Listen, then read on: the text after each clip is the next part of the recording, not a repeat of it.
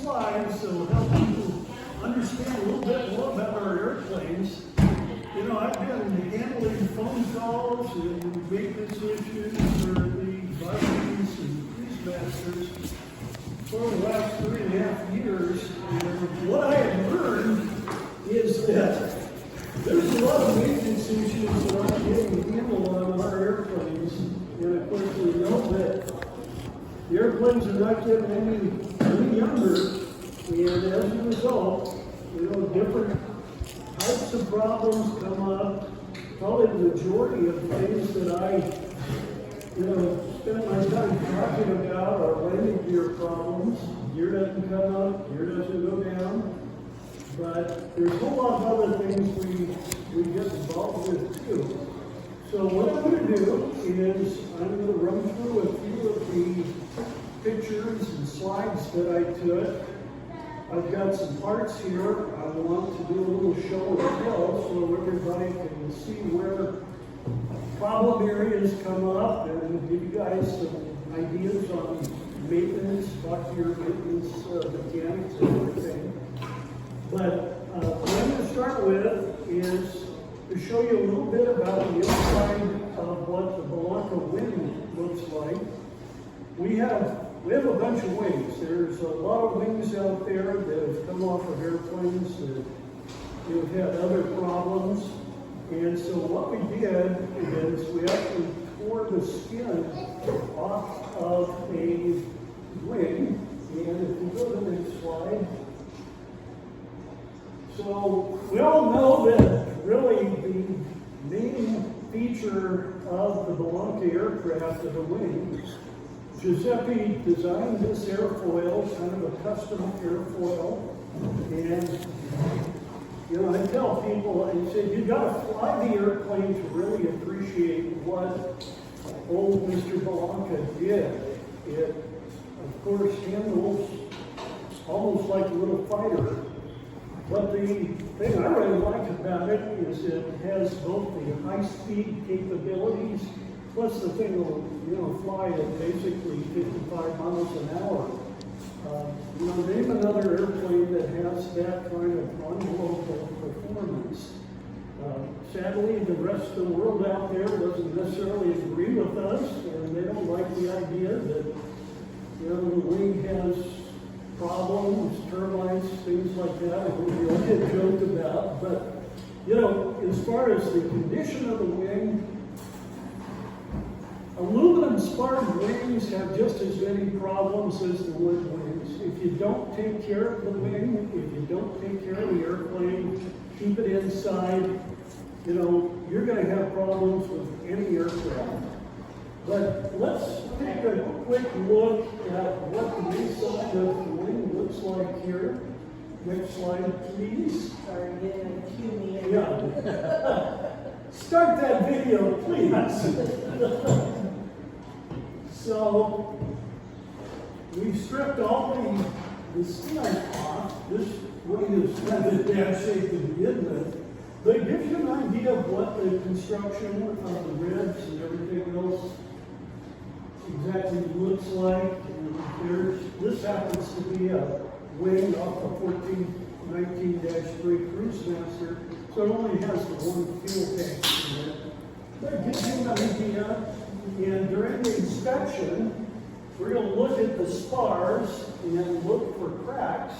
And there's an AD, of course, on the wing inspection. And there's a service letter that talks about the inspection process for the wing. It's pretty straightforward and probably wasn't really necessary to make it an AD because it's part of an annual inspection anyway, but FAA got involved. They made that a requirement for, you know, every annual inspection. Anybody has any questions about how to inspect the wing and moisture content, things like that, you know, I'll be glad to answer those as we go on. But one of the reasons that we took the wing apart was to really study the aileron aileron mechanism and the aileron actuator and the push rod and everything else. I think everybody knows that the Viking wing uses a push rod instead of control cables like the Cessna uses or something. But what maybe you don't really understand is how the actuator produces movement of the aileron. It's very clever, it really is. And so I've got some parts here to show you, but next slide, please.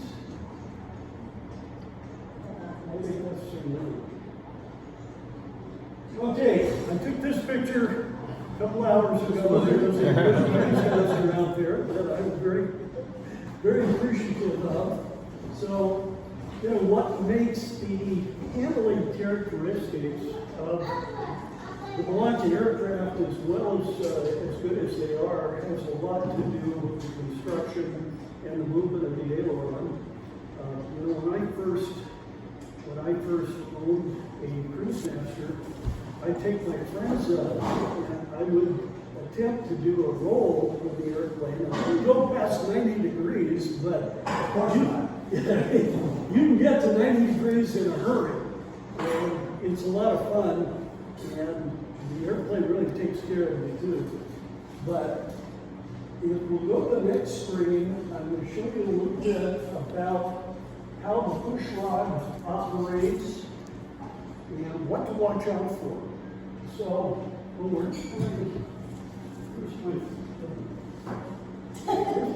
Handle so much good stuff.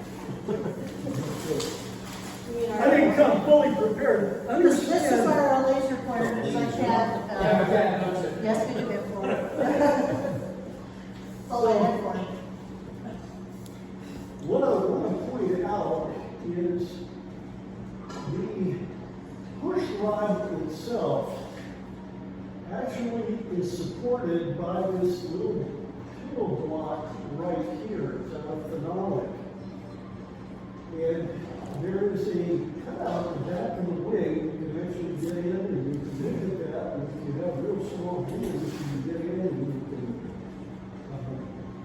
you can take that pillow block off of there. But what I wanted to point out here is, as we have been going through and maintaining these airplanes and doing annual inspections, we found that the push rod is wearing fairly substantially on that pillow block. And what usually happens is, grease and grime collect on the pillow block, and that basically, these things are going back and forth, thousands of times every hour as you're keeping the airplane going straight and level and everything.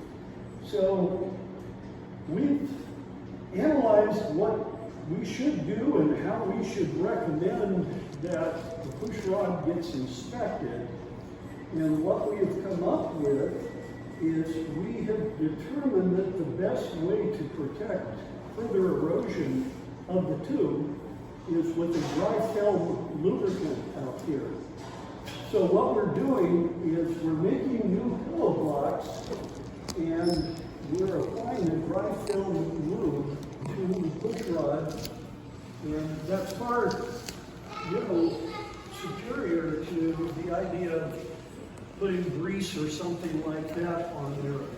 That only becomes a magnet for contaminants and dirt and dust that acts like, basically an abrasion component. So you can take a look at this, but I would encourage you guys to go out. You can actually get in through that little opening there and see what kind of abrasion you have. Now, on my aircraft, I have a lot more abrasion than is shown here on this particular part. And if you look at AC 4313, it basically is going to tell you that if there is wear that exceeds 10% of the wall thickness, that the part is no longer airworthy. So you know, it's not to say that it isn't still strong, but I'm going to say many of the aircraft we've seen have wear on push rod that exceeds that 10% criteria there. So it's worth checking. Unfortunately, you cannot change this push rod without pulling the wing off the airplane. But I don't have any knowledge of any accidents or other failures to, but it is something that you should be aware of, and you should, you know, spend a little time inspecting during the annual, or talk to your mechanic about it and everything else. Is the pillow rod split in half then, so you can take it apart, pull it out, put it back on, or do you have to pull the whole thing out to get that off? Do you get the pillow block down? Yes. No. If you can get your hand up inside of there, you can pull that out. No, I don't know on your airplane, Terry. Well, mine doesn't have that, but it's just, Yeah, saying, probably it's split doesn't. down the center, so it just goes around both sides? Yeah. Apart? Yes. Okay, that's what it's. Yeah.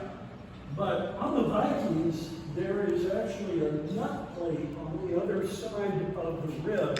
So if you can get those bolts out, you can actually get those pillow blocks. They do come apart. And they're Could you clean the rod and like run it this way and clean a little bit, get some of the Oh, grinders? you can definitely clean them. You can definitely clean them. The key is you got to find somebody with small hands to get in to do it. But if you can do that, you can clean the, you know, the gunk and buildup that's on there, because all of that kind of aggravates the wear, and it's really important to attend to that and address some of that garbage that builds up in there. And you know, we may issue a service letter talking about the dry film lube as an option, but it's what we're going to recommend. You do not want to put any grease of any type on the push rod, because it will only aggravate the wear, it will attract the dirt, and then it will. How about like a dry silicone? You know, The silicone will dry out and become dry. yeah,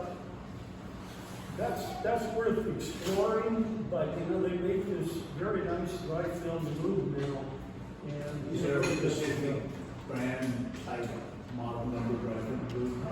we'll publish that, John, but basically you can get it from Dow Touring and I think from 3M. So we'll be communicating with the Bellanca community about a lot of these things. Now that I have an assistant. But this is not all. So let's go to the next slide. Just a quick question, Rob, that oval inspection hole, that doesn't look familiar to me. That oval hole, do we have an actual round inspection hole on the Vikings? There's no cover, it's just that oval hole. Yeah, it's in the recessed area behind the flap, where the flap is. You've got to move your flap in order to see. Oh, so this is looking into the back? Yeah. Okay, thanks. It does not have an inspection plate on it, if that's what you're asking. Yeah, that's what I was trying to figure out where that was. Okay, thanks. Yeah. Okay, so, it's kind of a bad picture, but the idea is that a video?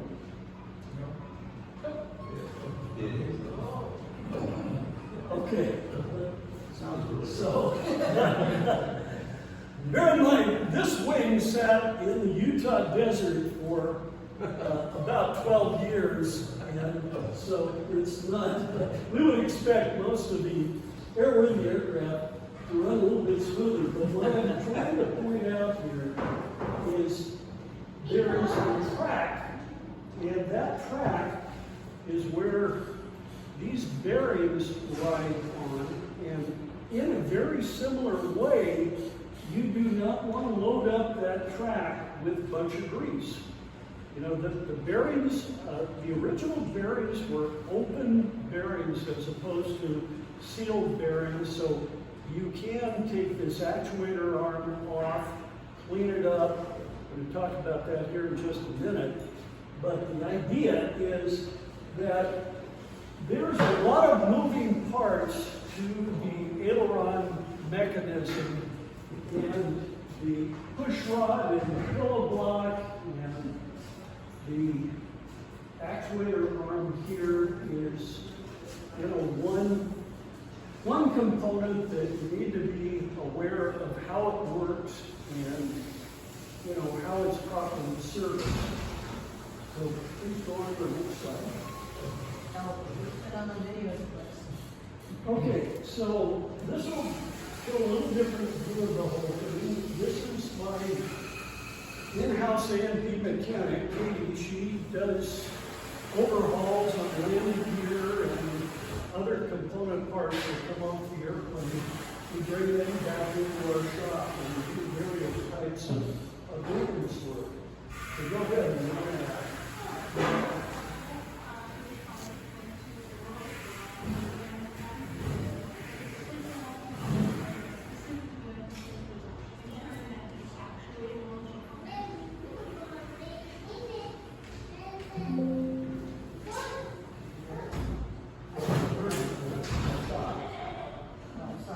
Properly and to their best fit. So you can place the bushings inside of the actual arms, two on either side, along with replacing the hardware. And then what we also did was we took off that back plate and got it replaced as well as replacing the hardware. And what that required us to do was cut a hole into the aileron so that we could access those back plates to be able to remove. So there have been inspection plates installed on some aircraft. Katie, thank you very much. And that is a good process. And we're not professional, instructional video people All here. right, I'll pause it. Okay, leave it right there for a second. So the back side of the attached bracket where the aileron actuator goes requires an access hole to get in and basically retain the nut in order to tighten, remove, or service the actuator arm. And because the spar on the aileron is wood, we, have the very real probability that that wood spar will shrink or expand over time. And it's very common as play starts to develop in the aileron itself that is traced to the bolts that attach the actuator arm to the aileron spar. But that's only one place where tolerance stack-ups can create this amount of play in here. So what we do when a customer comes to us and has a problem like that, we kind of approach it to the scorched earth approach, and we take the aileron off. We replace the bushings on the attached brackets, which are attached to the wing spar. We take the actuator off and do all the service here on the front end. There are bushings that are pressed into place here, and there's a spacer that goes through here. It's somewhat of a complicated assembly and everything, and there's 6 or 8 different bushings that all can contribute to the play in the aileron itself. Plus, there's other procedures that need to be considered. The aileron itself needs to be balanced. There's a process for balancing the aileron. There are counterweights that are attached right there. And so, it's a fair amount of work in order to keep the wing structure, in good shape. And I'll tell you that a lot of mechanics that do not understand anything about the Bellanca, the Viking, or Cruise Masters, they just don't really know what they're getting into. Partly, the documentation ain't that great, so you're depending on the mechanic to apply his knowledge, his or her knowledge to the whole process. So we're trying to build, you know, a maintenance organization that helps support your mechanics. And, you know, feel free to call me or have your mechanics call me and we can go through the whole process if you want to do that. So anyway, finish the video, please. The aileron that we're finding on many of the Vikings and cruise masters. So a very worthwhile effort to rebush and to do a general overhaul of all the mechanics on the aileron. Thanks very much. That's just what I said.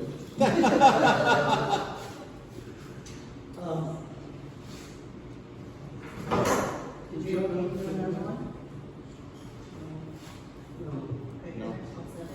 That's just, I was trying to show, you know, the action that exerts the push pull motion with the up and down motion of the aileron. I just think it's, you know, very clever, you know, design. It actually, you know, contributes to the smooth operation of the ailerons.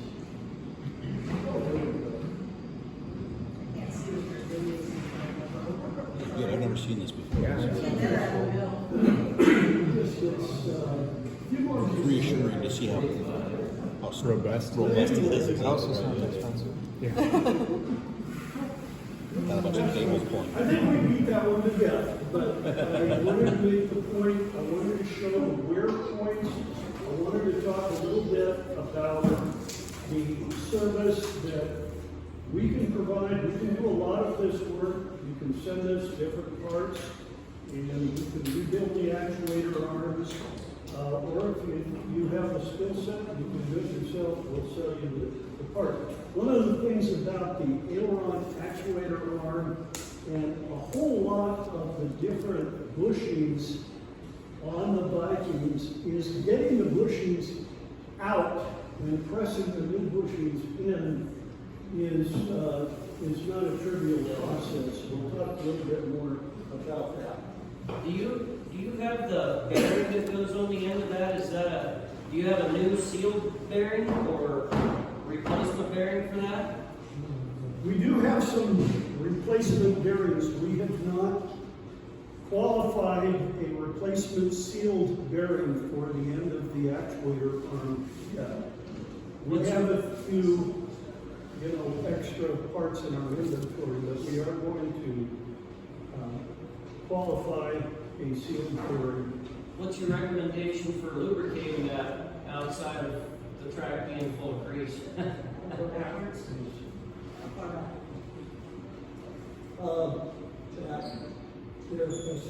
You're talking about this right here? Yes. Right now, I would use, personally, this is not a Bellanca factory recommendation, I would use something no more viscous than LPS1. And the whole idea is you don't want particulate matter building up in that track. There is no need to put a heavy lubricant in there whatsoever. What's the difference between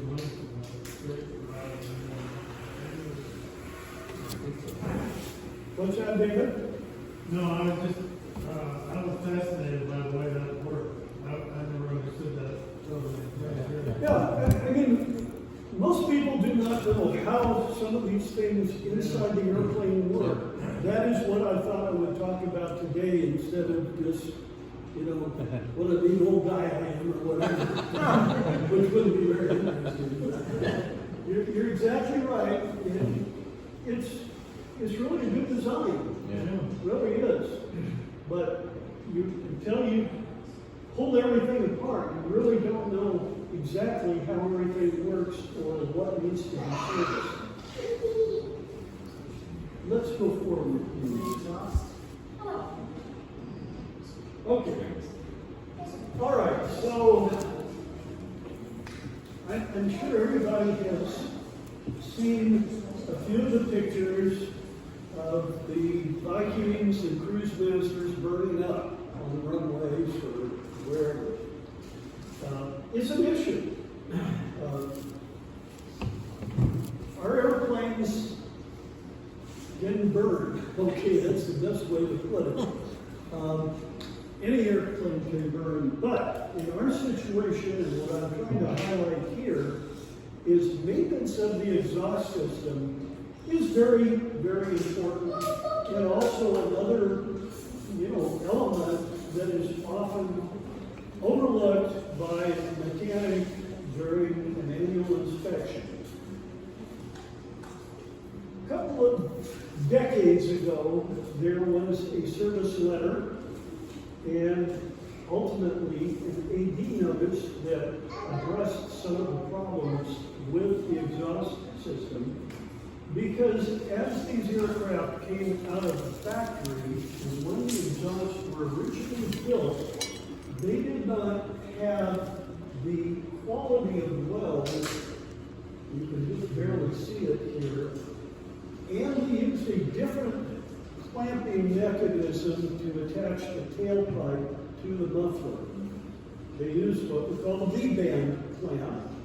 And V-band clamps have failed for different reasons, but they do not really pass the test that the FAA has applied to them.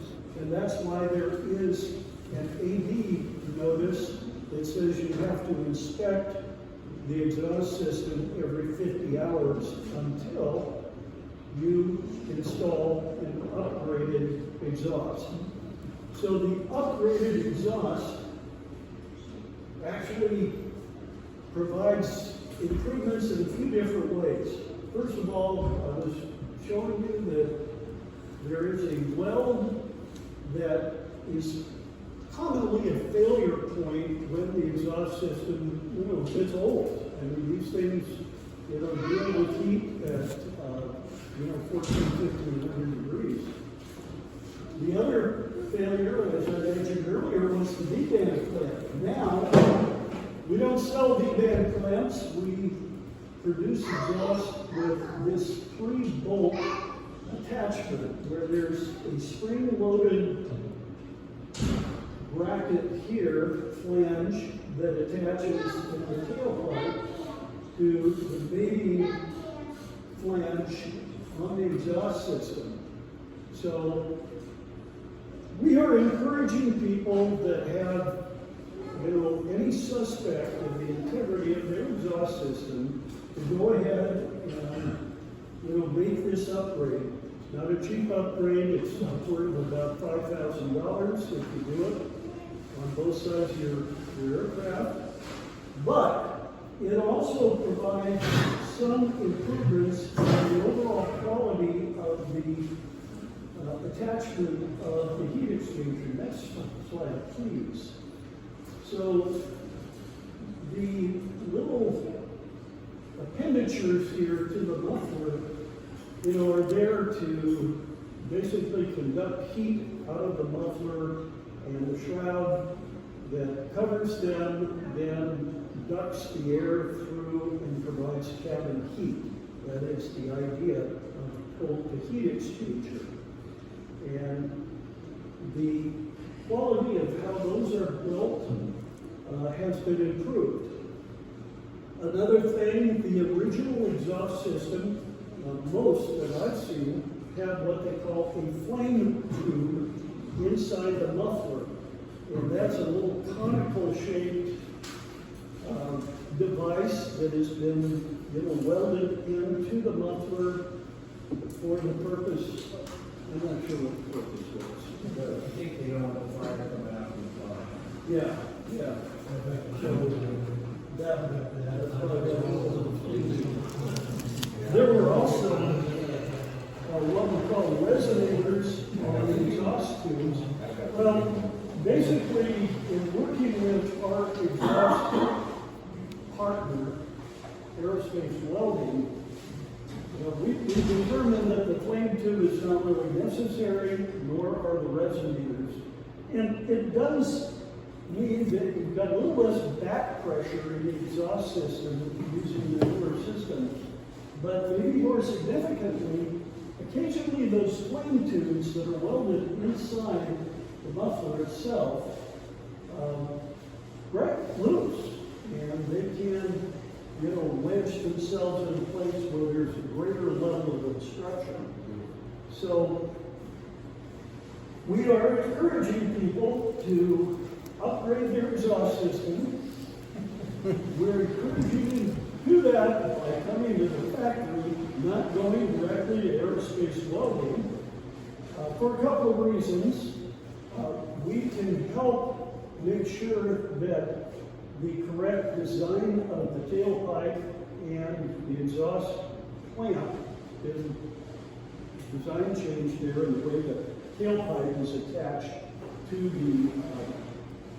the isolator mount, which attaches to the engine compartment. So we get involved and help a little bit here. Basically, we don't charge much more than if you went directly to aerospace welding.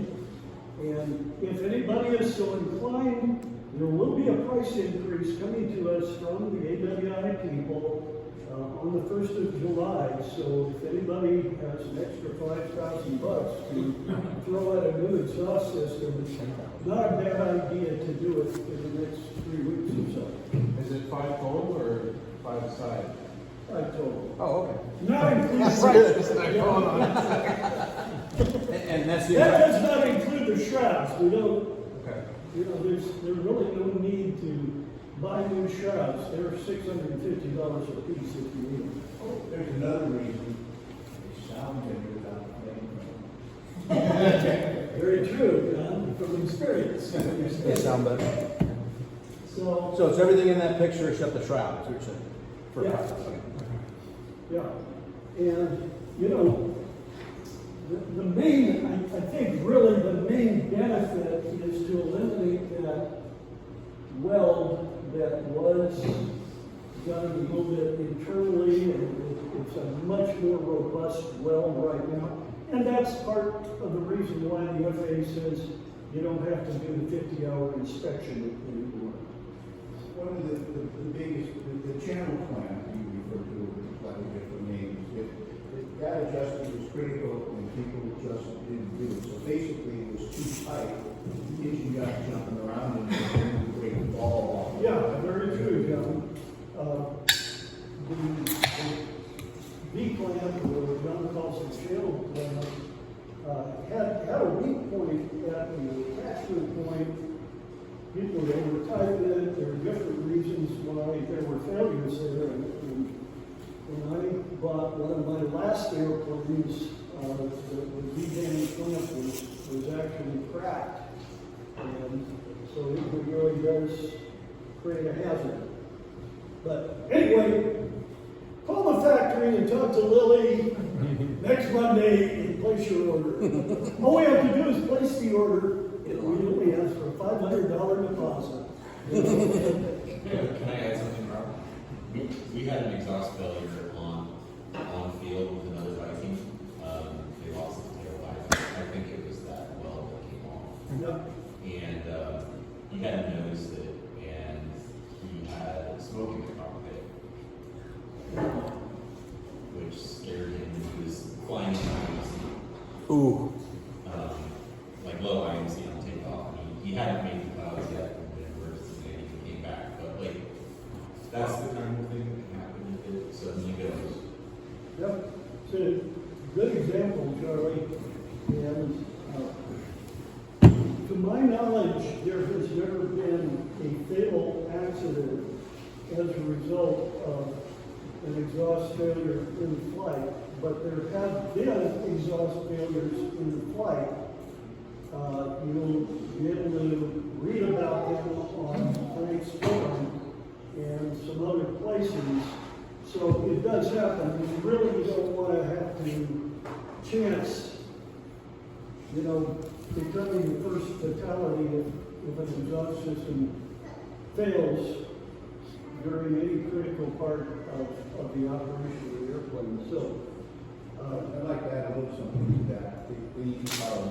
On the earlier Vikings, the collector, what you call it, buffers, is parallel to the cylinders. And so that cannon plug with all wire is right there. It's about that ball joint drops off, then that out drops and then going up everything cannon plug. And that was why they split the fuse. Because they took the fuse out of the cannon plug and put them on top. good group. And the beginning, I think 79, I'm sure 79, they're slanted downward, so it doesn't, the exhaust would not point at the cannon part, which is better design, but the airway in this direction still applies. And last but not least, I broke one. Mine was on the right side, but it didn't hurt me. There was nothing there, so I put it home. Well, there's real world testimonies for you. Take a look at service letter 110, which addresses the Peewee upgrade and some of the exhaust system issues. Call me if you want to talk more about it, Hey Rob, I was trying to look up the service letter, I think it's 85B, the one about the inspection and the sale, and the link on the website, at least that I found for service letters, is broken. Is there a place where we should go to get the actual service letters? Like, the service letters are from the FAA. Yeah, sorry. Yeah, we got a lot of upgrades to the website. You can call, we can send that to you. Okay. Yeah, we have some issues with the website, but in general, you can get a lot of information off the website. Okay. I have not updated the owner's message in 2 years, so I'm going to do that, but we'll take care of that. I'm glad you mentioned something. I'll make sure that the service letter, links are available. Cool, thanks. Okay. All right, what is next? Let's go on to the next. Okay, let's talk a little bit about landing gear. As I mentioned, the majority of phone calls that I get relate to landing gear questions or problems of one sort or another. And I will say that after analyzing all of these calls, I would have to say that the majority of landing gear problems are related to inadequate maintenance at some level. And let's face it, the majority of mechanics out there, and I've had them tell me that, we know absolutely nothing about the landing gear. We've got an owner that wants us to do an annual, and kudos to the mechanics to call and talk to me, because I try to give them copious amount of information about that. But for every mechanic who calls and tries to become somewhat educated in what service is required, there are probably 5 or 6 that just, don't pay any attention to it. They just, maybe, grease the reserve fittings or something like that. But in the Viking, after certain number 233 or whatever it was, you've got this Prestolite pump here, and so you have not only hydraulic issues, you have mechanical issues with the landing gear itself, and you've got all sorts of problems, really. And we are now, message that I was mentioning earlier with Katie, we've got a whole landing gear overhaul service operation going because there are so many, neglected gear assemblies out there. And this particular one came off of a 1493, and the tube itself actually has cracks in it, and it's just unbelievable that this airplane didn't collapse and that the gear didn't come apart. Typically on the Vikings with pneumatic gear, oftentimes there are air leaks in the welds or in other places. There are, I think, 18 bushings in each landing gear assembly if you count the plane bushings and the attached bracket bushings. The nut crackers have 3 bushings in each nut cracker assembly.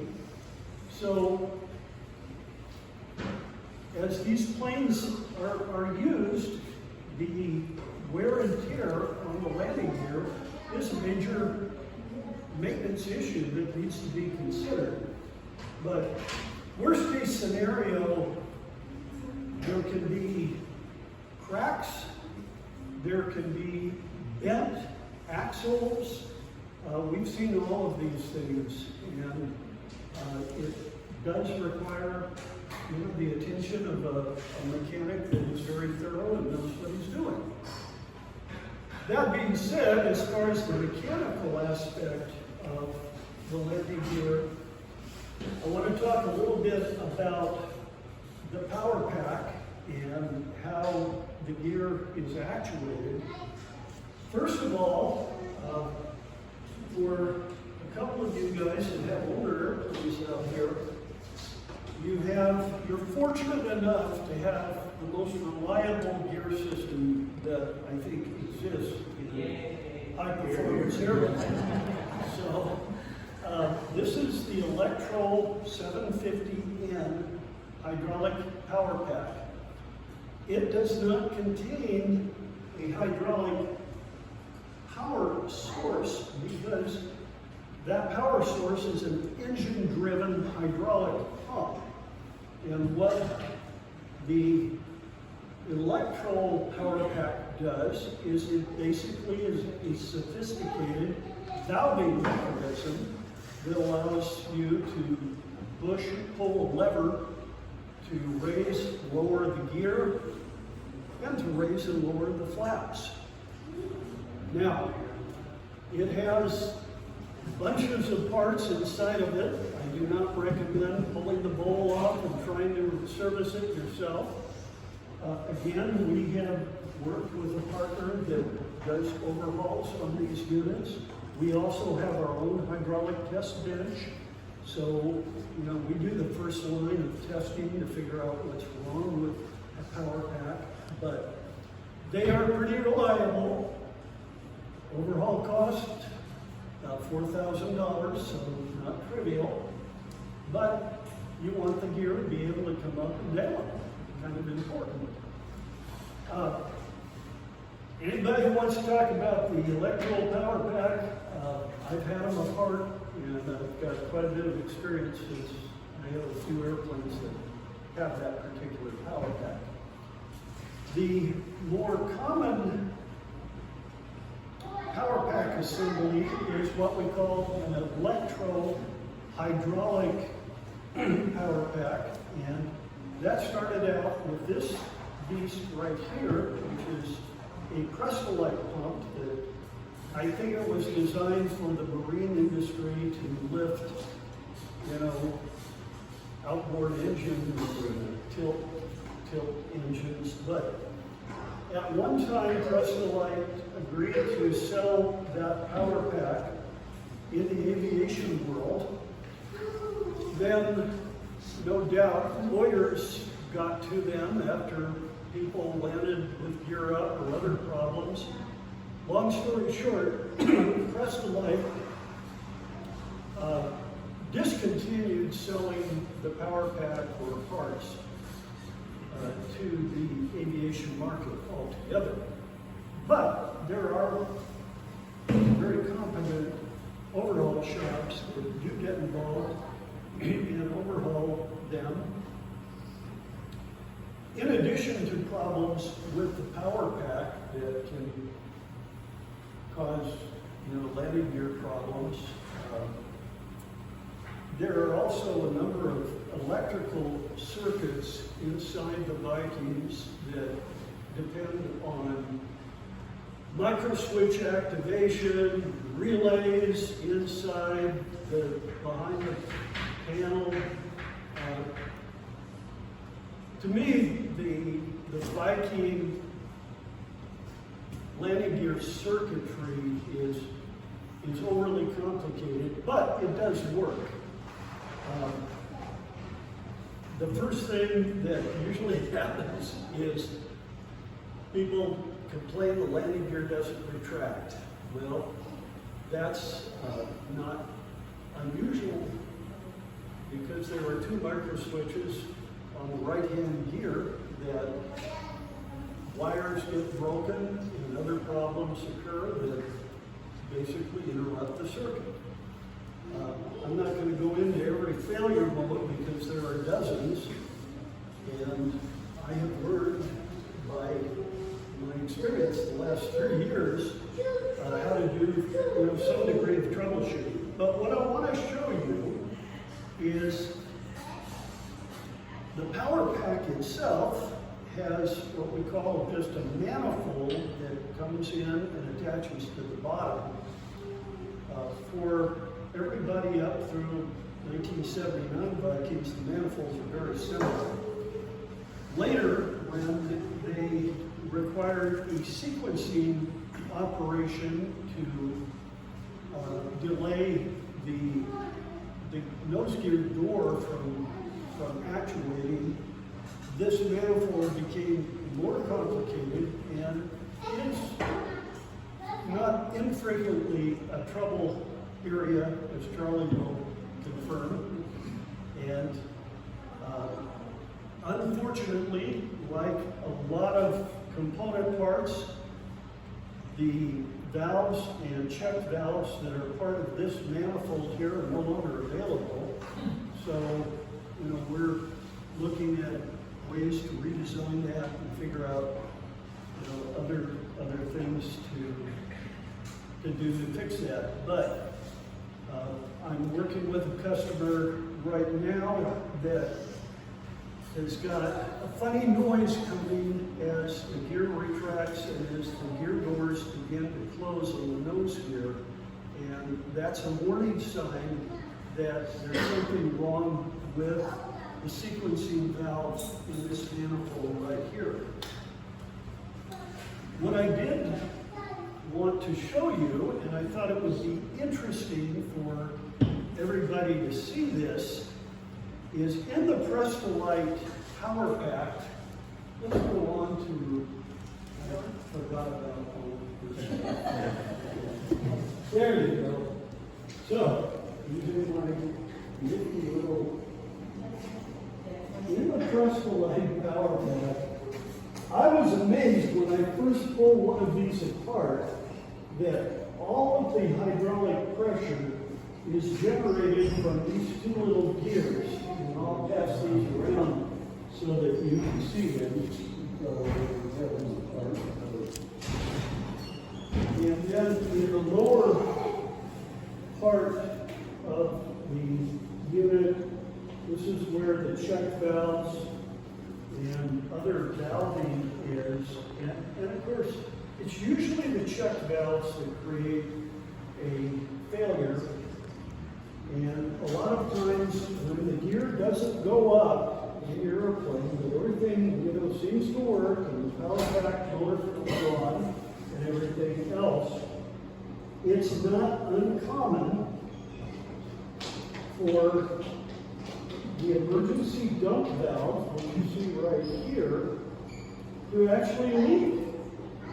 And the way the gear retraction system works in these Vikings with the Prestolite pump is the system depends on the pressure in the up circuit of the landing gear. It goes up to 1400 psi, which in turn trips a switch inside of this hydraulic pressure switch, and that shuts the power pack off.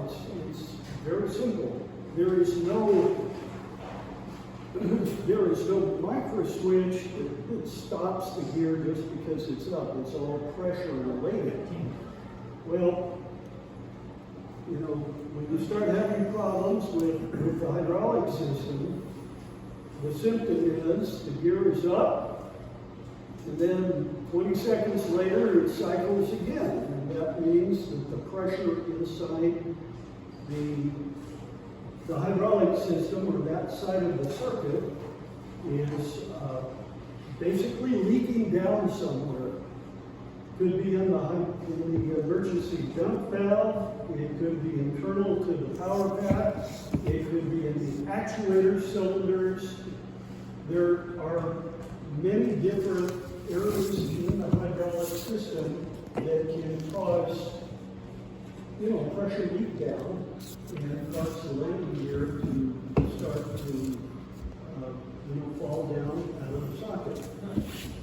Well, originally, this little guy was designed to help mitigate that problem. This is the famous hydraulic accumulator. Well, these things started to spring leaks. You know, the functional purpose of these is to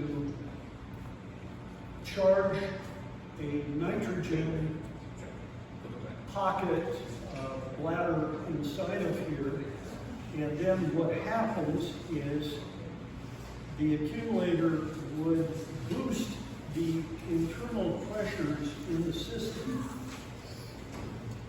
basically to keep the gear from bleeding down and extending. Like a lot of things, this accumulator was no longer available, I think sometime in the 80s or 90s. And the powers to be at the Bellanca Brain Trust decided it wasn't really necessary to have this in the circuit. They issued a letter authorizing the removal of the accumulator.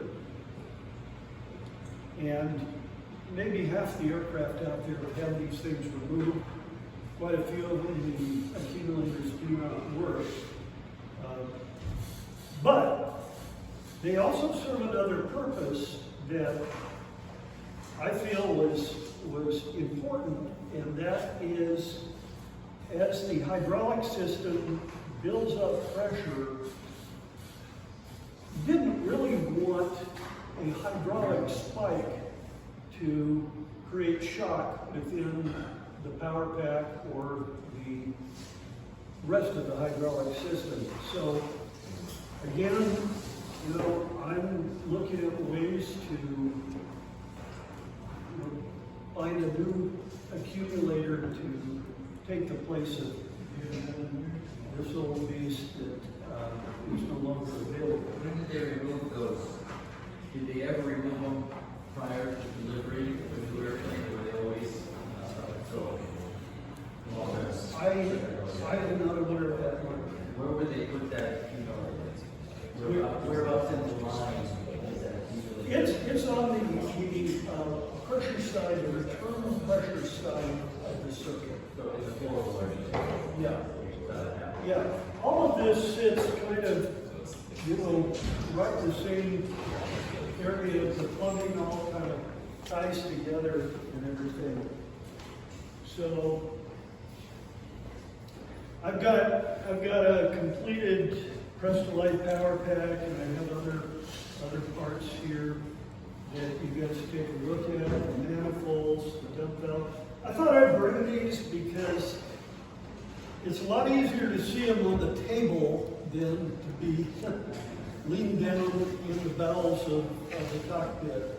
And so it's kind of important to really understand what's going on. But troubleshooting landing gear issues is a big part of my job. And I'm happy to help people. We've developed more and more techniques for isolating problems. Bottom line is, when you have a hydraulic problem, it is typically the best approach to start eliminating components from the circuit and determining or evaluating what the impact of capping off the jump valve, capping off the actuator assemblies, and that kind of thing.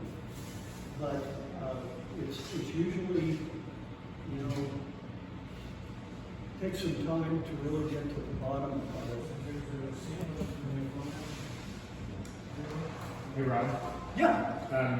I've got a very, very, very slow hydraulic leak. I haven't taken it apart yet to find out, but the previous owner said it's probably the gasket underneath the cover on the power pack.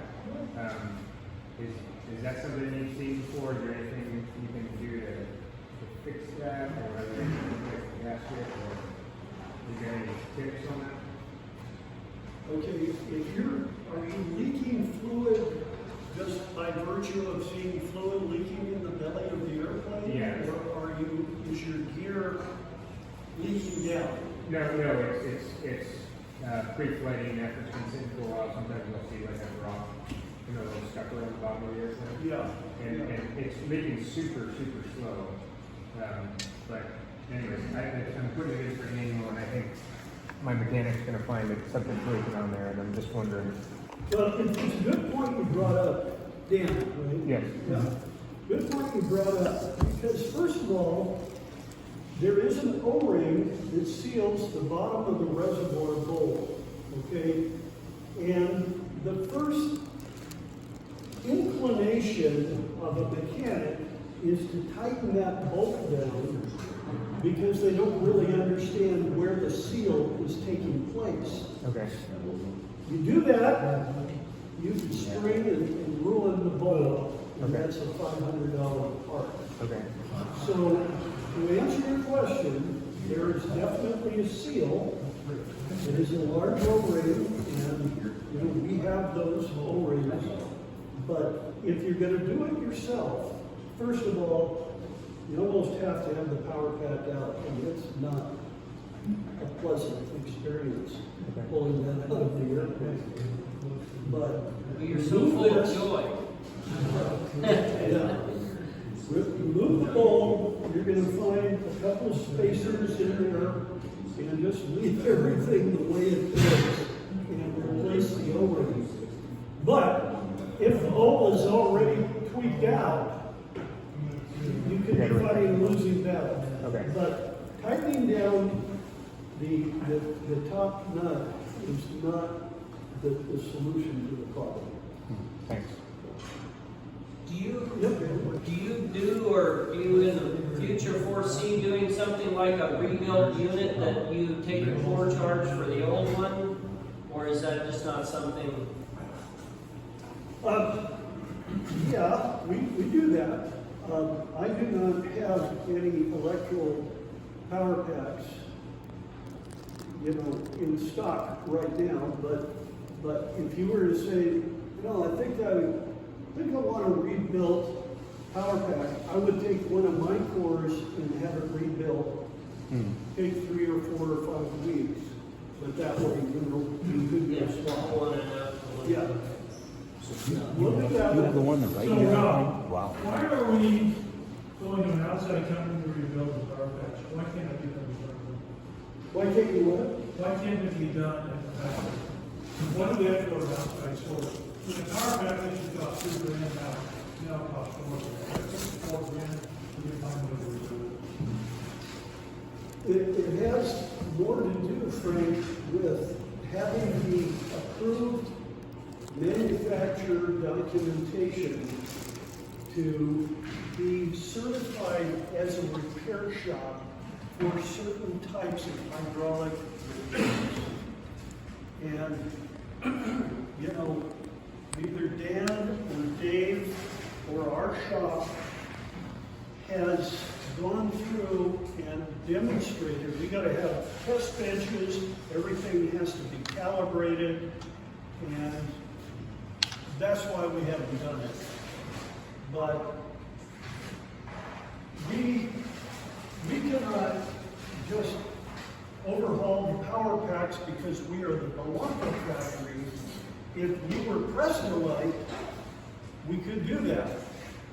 If we were Electro, well, that would be a miracle because they've been out of business for 40 years, but we could do it if we were Electro. Now, let you know the secret, I worked very hard to get documentation on both the Electro and the Prestolite pump. So we are building that kind of documentation, but we would have to be an approved repair facility to do that. We are not yet at that level. Good question.